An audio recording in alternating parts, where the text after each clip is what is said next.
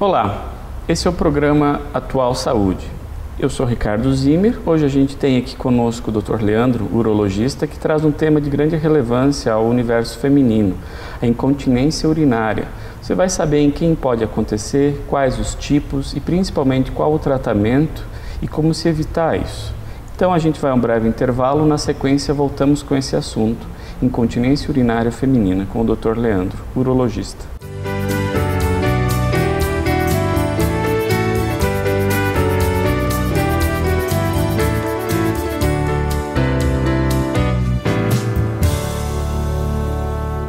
Formado pela Universidade Federal do Paraná, o Dr. Henrique Mochizuki tem especialização em cirurgia da coluna vertebral, além de ortopedia e traumatologia, com especializações nos Estados Unidos e Hospital das Clínicas em Curitiba. Dr. Henrique Mochizuki, ortopedia, traumatologia e cirurgia da coluna. Avenida Brasil 450, edifício Max Saúde, anexo ao Instituto Mussi de Ortopedia e Traumatologia. Fone 3220-2848.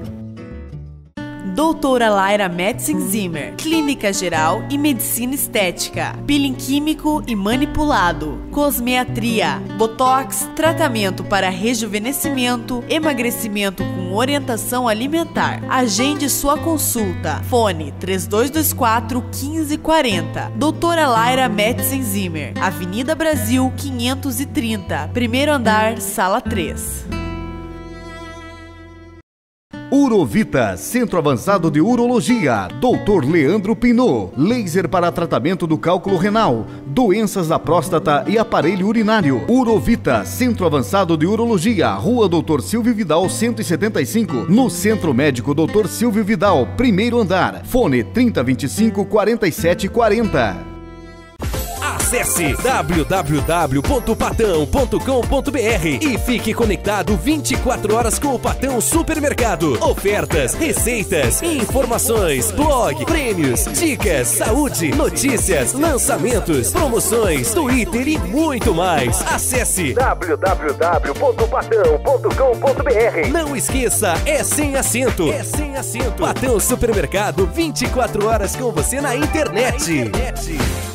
Dr. Igor Chiminácio, especialista em ginecologia e obstetrícia pela Universidade Federal do Paraná, realizando cirurgia ginecológica avançada, focado no tratamento da dor pélvica crônica, distúrbios uterinos e na investigação da infertilidade feminina, atendendo em novo e amplo espaço, dedicado à saúde da mulher. Dr. Igor Chiminácio Ginecologia, Rua Silvio Vidal 175, terceiro andar, sala 301, no Centro Médico Dr. Silvio Vidal. Fone 3225-9426.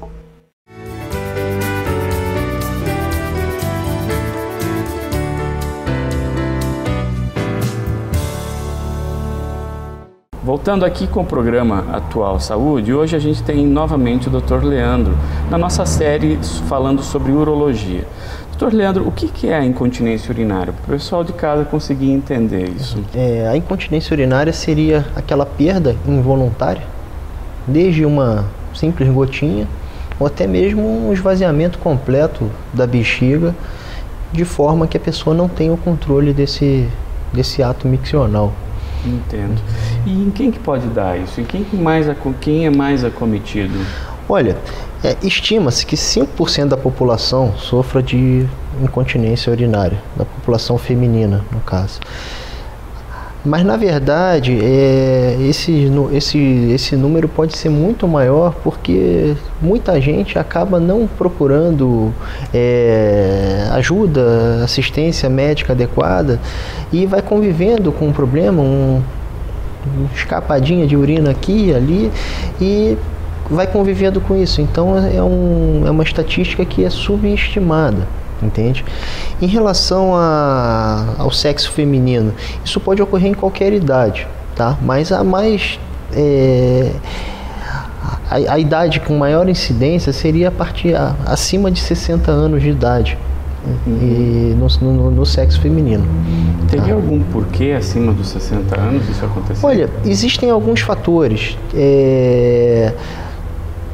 Que seria flacidez da musculatura da região perineal, uma certa, como é que posso dizer, as pessoas costumam falar da bexiga caída, entende? Que é com a flacidez da musculatura que dá sustentação dos órgãos pélvicos, pode ser que essa bexiga sofra uma leve mudança de posição, vamos falar dessa forma, que facilita às vezes a perda urinária. Entendo. Tá? Além disso, existem outros fatores, alguns medicamentos, outras doenças neurológicas que podem cursar com incontinência urinária e doenças até do próprio funcionamento da fisiologia, que alteram a fisiologia da bexiga. Que a bexiga, na verdade, ela é um músculo, tá? Que fisiologicamente o funcionamento normal, ela teria que ficar relaxada para receber a urina que vem descendo dos rins. E a partir de um determinado momento, de um certo grau de distensão, alguns terminações nervosas, são como se fossem sensores que existem na bexiga, eles são estimulados. Aí mandaria um sinal para o cérebro, está na hora de urinar. E aí sim, essa bexiga apresentaria contração. Isso seria um funcionamento normal de uma bexiga. Ela fica relaxada, quando existe um grau de distensão, estimula os receptores que mandam sinal, e aí sim existe o estímulo para a contração. Entende? Então, às vezes pode estar tendo essa contração involuntariamente a pessoa. Exatamente. Ok. Tá. E eu acho que de repente o pessoal em casa deve estar se perguntando, assim, tendo uma dúvida, qual que seria a capacidade máxima de uma bexiga no ser humano? Olha, isso varia de idade, tá? Mas assim, vamos pensar, uma pessoa adulta, hoje, uma capacidade em torno de 400 ml já estaria uma capacidade normal. Entende? Tem gente que consegue armazenar mais, outros um pouco menos, mas nessa faixa aí de 400 ml seria uma boa capacidade de reservatório da bexiga. Eu vejo que é um assunto extremamente importante. Na minha prática, eu sempre oriento os pacientes a fazerem atividade física. E eu já ouvi relatos de pacientes, principalmente mulheres, que evitam fazer atividade física em decorrência de perder xixi. Né, de ter a incontinência urinária. Então, o tipo de... As academias hoje em dia existem aulas de ginástica específicas, que é aquelas camas elásticas que ficam exercício ou então subir aqueles steps, né? E esse tipo de exercício elas passam correndo. Sim. Porque é o que estimula a maior perda de urina. É verdade. Pulando, às vezes até tossir, espirrar, né? Ou até dar gargalhada. Então, eu imagino quanto a vida da pessoa não fica restrita com isso. Na verdade, quando a gente fala assim, o exercício físico, que você acabou de citar, tossir, espirrar, como que isso aí desencadearia a perda urinária? Vamos falar assim, são ações que geram um aumento da pressão intraabdominal. Isso. Quando você tosse, o diafragma vai abaixar e vai comprimir todo o abdômen, aumentou a pressão intraabdominal. E a bexiga sofre como se tivesse alguém apertando essa bexiga. E quem está com problema já de incontinência urinária é o fator, às vezes, deflagrador da perda urinária. Pois é, a gente está vendo, parece que existem vários tipos, então, de incontinência urinária. Poderia citar quais seriam? Olha, assim, no sexo feminino, a gente pode falar, é um tema bastante amplo, mas vamos concentrar nas principais causas. As principais causas seriam a perda urinária por esforço, a incontinência urinária de esforço, que é o que a gente acabou de citar, que é o paciente que tossiu, espirrou, foi na academia, passou por alguma situação que gerou um aumento da pressão intraabdominal e com isso acaba perdendo urina. Essa perda ela pode ser desde uma sensação de perda urinária, a paciente sente que perdeu, às vezes você está examinando, você nem consegue visualizar durante um exame específico, mas a paciente tem sempre a sensação de estar molhada, está sempre usando um absorvente e tudo, e pode ser bastante assim, volumosa, um simples espirrar e a paciente se molhar de escorrer. pelas pernas, no caso. Então, o grau de perda, ela vai variar de acordo com cada paciente. O nível de comprometimento. Exatamente, o nível de comprometimento. Você chegou a falar. E a segunda causa mais comum seria a perda por urgência miccional. Entendeu? Que também é uma coisa muito comum. Muitas vezes as pacientes são tratadas de forma errada. Começa a falar, estou com a frequência urinária muito aumentada, toda hora faz xixi, e você está com cistite. Não faz exame, não faz nada e começa a dar remédio. Quando os pacientes já não se automedicam e tomam antibiótico, seria o que? A inflamação da bexiga. E na verdade, a maioria das vezes, esses pacientes têm o quê? É uma urgência sensorial. O que seria isso? A bexiga, ela, nessa fase que era para ela estar bem relaxada, ela por vezes ela tem contrações. São contrações involuntárias. Geram como se fosse um alerta falso de que a bexiga está cheia. Vem aquela contração, às vezes é uma contração pequena, às vezes é uma contração de grande amplitude, e a pessoa tem que correr para um banheiro. Às vezes não dá tempo de chegar ao banheiro. Entende?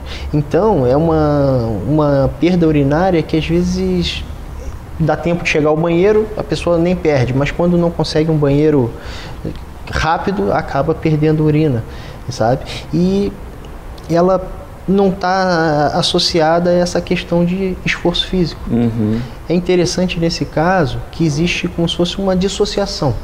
Sim. A vontade é muito grande e nem sempre a quantidade de urinado, o volume urinado é correspondente com o tamanho dessa vontade. Aquela pessoa assim, estou muito apertada, corre para o banheiro, vai lá, faz só um pouquinho. E é onde faz confusão com o diagnóstico de cistite muitas vezes, quando não está sendo buscado na conversa, na anamnese, assim, bem a especificação certinha em relação ao tipo de urgência que está ocorrendo, entende? Às vezes as pessoas se medicam de forma errada, tomam até antibióticos sem necessidade. Aí a importância... A fisiopatologia é outra. Aí a importância que a gente tem da entrevista clínica, Com certeza. E o exame, ele é complementar. E às vezes as pessoas querem valorizar mais o exame, que seria o complemento, do que propriamente os dados que a gente consegue captar durante a entrevista. E isso hoje em dia cada vez acontece mais no meu consultório, no seu. Você examina, você vai na história clínica, não sei o que, e a pessoa quer fazer uma ressonância, quer uma tomografia. Investigar tudo, né? Que acha que aquilo ali vai resolver a vida dela. Às vezes isso é muito comum, às vezes a gente até encontra alguma coisa, mas que não tem nada a ver com aquilo, que é um achado ocasional, que não tem nenhuma relação. Nem com os sintomas. Nem com os sintomas.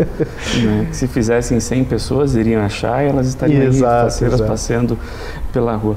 Você falou antes de exames, então a gente está falando dos exames complementares. Existem exames para se pedir para urgência? Na verdade, assim, Ricardo, o que a gente precisa diante de um caso de incontinência urinária, até mesmo pensando no exame complementar que a gente vai fazer? Assim, a primeira coisa seria descartar a possibilidade de infecção urinária. Claro. Descartar o episódio de cistite, porque que acontece? Em vigência de infecção urinária, existe uma maior sensibilidade da bexiga. A pessoa vai ao banheiro com mais frequência, mas ela tem ardência, urinar, tem outros sintomas. Às vezes pode até ter sangramento e tudo mais. Porque aquele revestimento da bexiga, ele está todo inflamado, ele está mais sensível, entende? Então, o primeiro passo, descartar a possibilidade de ter infecção na urina. E o exame definidor, que vai caracterizar que tipo de perda está acontecendo. O exame que ele, na verdade, assim, ele vai estudar, monitorar no computador todas as fases do funcionamento da sua bexiga. Tá? A fase de armazenamento, a fase de esvaziamento, se existem contrações ao longo do período ou não, isso seria o estudo urodinâmico. O urodinâmico. Exatamente, o estudo urodinâmico, que a gente, na verdade, passaria umas sondinhas no canal da urina e simularia uma situação cotidiana. através de uma das sondinhas, a gente vai encher essa bexiga com soro, como se fosse a urina chegando do rim. E, através da outra sondinha, a gente vai medindo as pressões dentro da bexiga para entender como que está sendo o comportamento dessa bexiga. Interessante. E além do exame, então, da urina, do estudo urodinâmico, ele é imprescindível para se fazer o diagnóstico? O estudo urodinâmico, nos casos assim, de perda por urgência, a suspeição clínica, muitas das vezes, você já imagina o que aquele exame vai te mostrar. Entendeu? Na incontinência por esforço, a gente precisa saber, até mesmo quantificar, se essa paciente perde urina com mínimos esforços, com esforços severos, porque esse exame, além de tudo, do diagnóstico, ele direciona o tratamento. Claro. Entendeu? Tá? E não somente vai avaliar como que essa bexiga, como ocorre a perda urinária, mas assim, como é que é o ato miccional em si, a pressão do jato, é uma bexiga que esvazia bem, é uma bexiga que esvazia mal? Por exemplo, a gente no início estava falando em relação à capacidade da bexiga. Às vezes a pessoa está lá com 400 ml na bexiga e urina e deixa 200. Pois é. Essa pessoa vai ao banheiro mais vezes. E na verdade ela não tem urgência, nada, às vezes ela está com um problema de esvaziamento. Entende? Então o exame ele é fundamental para direcionar a próxima etapa. Claro.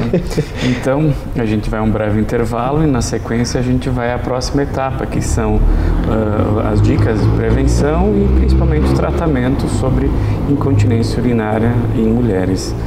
Não saia daí, na sequência a gente volta.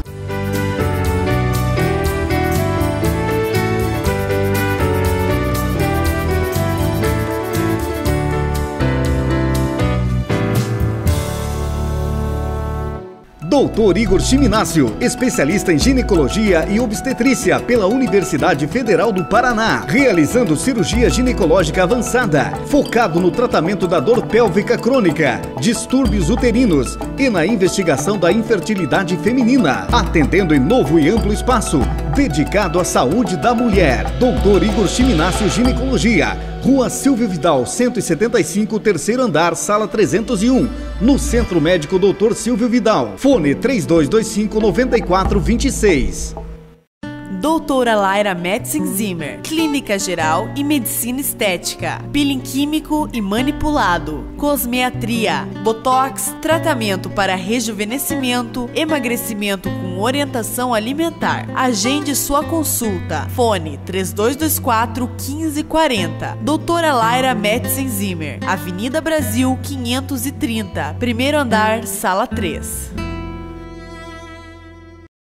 Formado pela Universidade Federal do Paraná, o Dr. Henrique Mochizuki tem especialização em cirurgia da coluna vertebral, além de ortopedia e traumatologia, com especializações nos Estados Unidos e Hospital das Clínicas em Curitiba. Dr. Henrique Mochizuki, ortopedia, traumatologia e cirurgia da coluna. Avenida Brasil 450, edifício Max Saúde, anexo ao Instituto Mussi de Ortopedia e Traumatologia. Fone 3220-2848.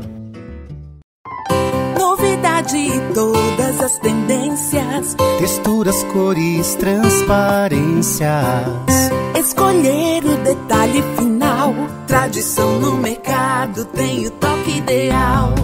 Parcianelo Acabamentos, é beleza, é um show de lugar.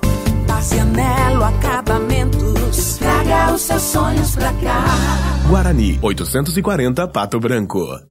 Urovita, Centro Avançado de Urologia, Dr. Leandro Pinot, laser para tratamento do cálculo renal, doenças da próstata e aparelho urinário. Urovita, Centro Avançado de Urologia, Rua Dr. Silvio Vidal 175, no Centro Médico Dr. Silvio Vidal, primeiro andar. Fone 3025-4740.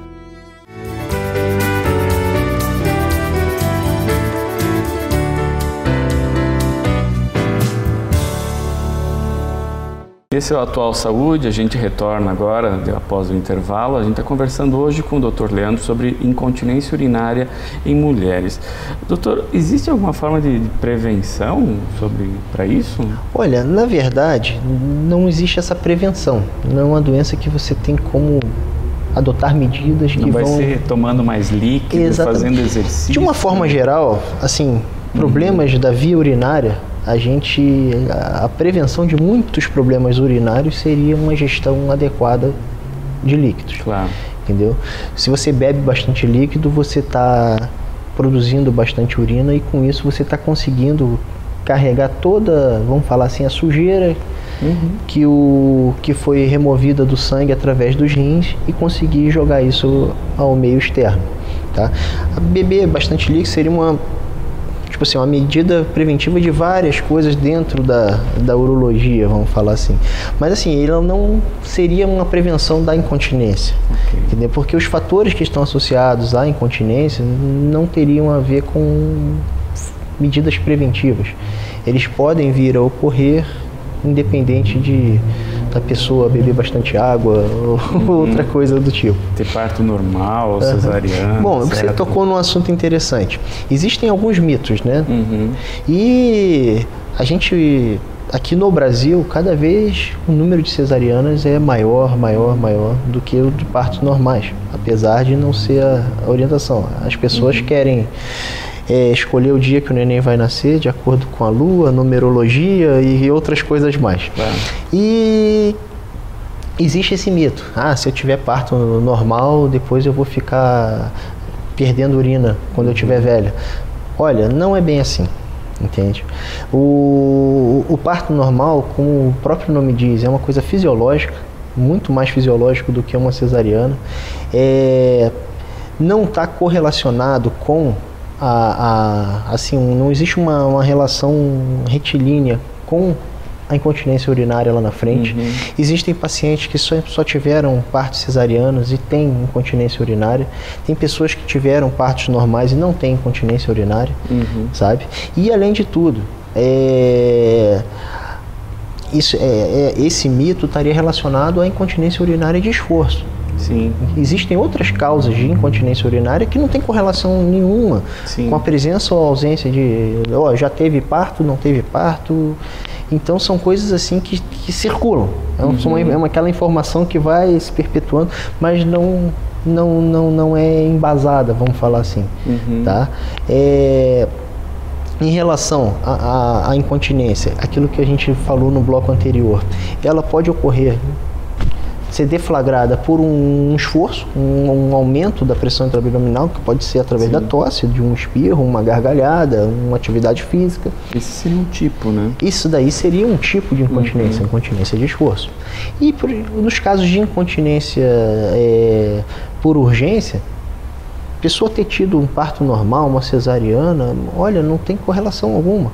É como se a bexiga da pessoa fosse mais nervosa. Exatamente. Esse é o termo que na linguajar popular é a bexiga nervosa. A bexiga nervosa. Sabe? E aí você vai conversando com os pacientes, é curioso, você começa a conversar, quando a pessoa consegue achar alguém que a entenda, ela relaxa na cadeira. Isso. É isso mesmo, doutor. Não sei que. Aí uma pergunta simples: se você for de carro daqui a Curitiba, quantas vezes você tem que parar? Aí a paciente às vezes, meu marido briga comigo toda viagem, que toda hora eu quero parar, que não sei o quê. Sim.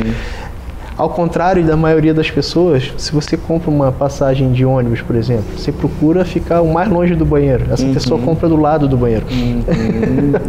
Porque se ela vai a uma festa, ela, quando chega no salão, ela olha por todo o salão, onde é que é o banheiro, ela procura a mesa que está ao lado do banheiro. Certo. Porque quando dá vontade, ela tem que correr. Então, é um tipo de patologia que tem um impacto na qualidade de vida, na autoestima, é muito grande. Porque as pessoas que sofrem desse tipo de problema, de perda urinária, muitas vezes elas começam a se enclausurar.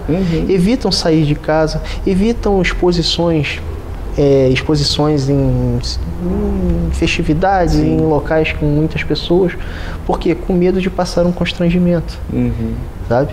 Então o tratamento da incontinência, ele muitas vezes ele permite essa retomada de qualidade de vida, de autoestima, de autoconfiança. Pois é. A pessoa tem medo de dar um espirro e passar vergonha na rua. É verdade. Entendeu? Ou então de ir numa festa, ter alguém no banheiro, não conseguir ir se urinar.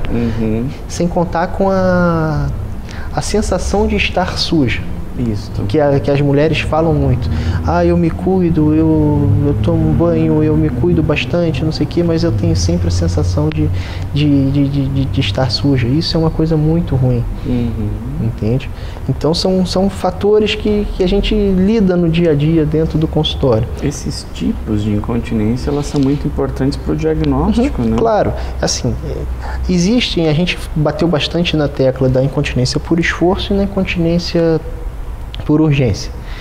E existe a incontinência mista. A mista. A paciente ela tem os sintomas de urgência, às vezes a perda ocorre por urgência e às vezes a perda ocorre por esforço. Entende? E a gente só vai conseguir diagnosticar tudo certinho, direcionar o tratamento através do estudo urodinâmico que a gente deu uma pincelada no bloco anterior. Entende? A gente vai conseguir monitorar o comportamento, o funcionamento dessa bexiga. Isso vai ser traduzido em gráficos que serão analisados, tá? Essas sondinhas que a gente vai passar no canal da urina, ela está conectada em sensores que vão para um aparelho e jogam para o computador. E isso a gente vai conseguir interpretar todo o funcionamento da bexiga e a partir daí direcionar. Poxa, essa paciente aqui tem uma perda de esforço. Que tipo de perda? Uma perda quando é um esforço severo, só quando a bexiga está explodindo. Poxa, se é uma perda que só ocorre quando está muito cheia a bexiga, às vezes somente uma reeducação urinária, vamos falar dessa forma. Certo.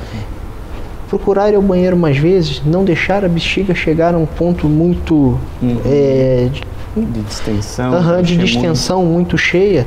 Isso às vezes com essa mudança de hábitos, às vezes a pessoa consegue atingir um equilíbrio. Tem pacientes que a perda é muito acentuada, aos mínimos esforços, erguer um simples enfeitezinho já é o suficiente, entende? Então, essa paciente precisa já ser direcionada para um tratamento cirúrgico. Às vezes tem pacientes que tem perda, ela ocorre com pressões, quando as pressões são muito, muito elevadas. Às vezes, estimulação com fisioterapia do assoalho, fortalecimento da musculatura da pelve, consegue atingir um equilíbrio. Sabe? Então, tudo vai depender do exame. Quando o exame mostra que essa paciente tem, por exemplo, uma incontinência mista, vamos falar assim, adianta ela fazer uma cirurgia? Pois é. Vai parar de perder quando tosse, quando espirra, mas vai continuar os sintomas de perda por urgência e às vezes a dor é até pior, porque aquela bexiga agora ela tem uma dificuldade maior para esvaziar, aí vem aquela contração que ela não controla e às vezes pode gerar dor, coisa que ela nem tinha antes.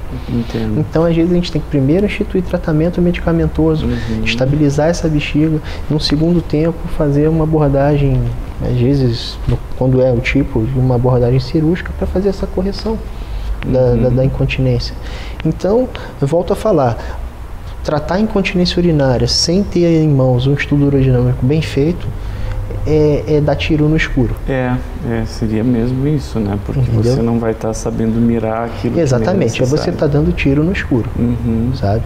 E a gente vê por aí, é um exame chato, gasta um pouco de tempo. Então, não são todos os profissionais que gostam de fazer esse tipo de exame. E se o exame não for muito bem feito, ele pode dar interpretações equivocadas e direcionar tratamentos equivocados. Então, tem que ser uma coisa bem feita, um exame muito bem feito, com uma interpretação bem fidedigna, o que a gente conseguiu apurar na coleta dos dados daquele funcionamento vesical, para a partir daí instituir o tratamento. Interessante, então. O tratamento poderia ser medicamentoso, no caso No caso das perdas por urgência, o tratamento, na maioria das vezes, ele é medicamentoso, que pode variar desde simples ingesta de medicamentos, comprimidos, tá? Em casos extremos, mais associado quando os pacientes têm doença neurológica, que existe como se fosse uma desautonomia dos mecanismos de contrarregulação, e essas contrações involuntárias, elas são bastante a gente fala contrações bastante que a gente diz de grande amplitude, como se fossem contrações amplas, mas que acabam gerando perda. Nesses casos, é indicado às vezes a utilização de botox, que a maioria das mulheres, quando fala o nome, já pensa em ficar bonito, mas só que dentro da bexiga. A gente faz injeções dentro da bexiga, porque ele relaxa, gera é como se fosse isso, um relaxamento forçado, né? Aquelas áreas da bexiga, elas perdem a contração, né? E com isso consegue equilibrar essa perda urinária, sabe? E claro, a cirurgia, nos casos de incontinência por esforço, quando o exame identificou que há indicação de tratamento cirúrgico, ou seja, aquela incontinência que ela é bastante acentuada, que ela ocorre com pressões intraabdominais baixas, ou seja, com pequenos esforços. Certo. Entende? A maioria das vezes o tratamento é uma coisa bastante simples, que isso mudou nos anos para cá. Antigamente faziam-se cirurgias que tinha que cortar a barriga, a eficácia, eu digo, o resultado, ele era provisório. A partir de um determinado tempo já não tinha mais tanto sucesso a cirurgia.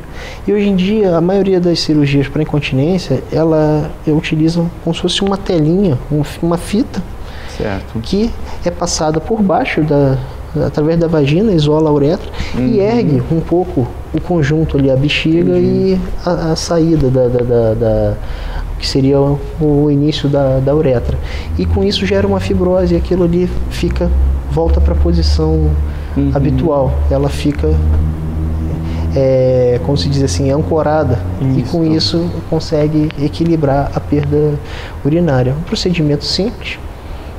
Em alguns lugares isso é feito até em caráter ambulatorial, o paciente faz e no mesmo dia vai para casa, sem precisar passar a noite no hospital. Mas, em via de regra, é um procedimento para um dia de internação. Opera e no dia seguinte está em casa. Interessante, muito bem. Teria mais alguma dica, doutor, para a gente ver sobre incontinência urinária? Olha, a maior dica seria...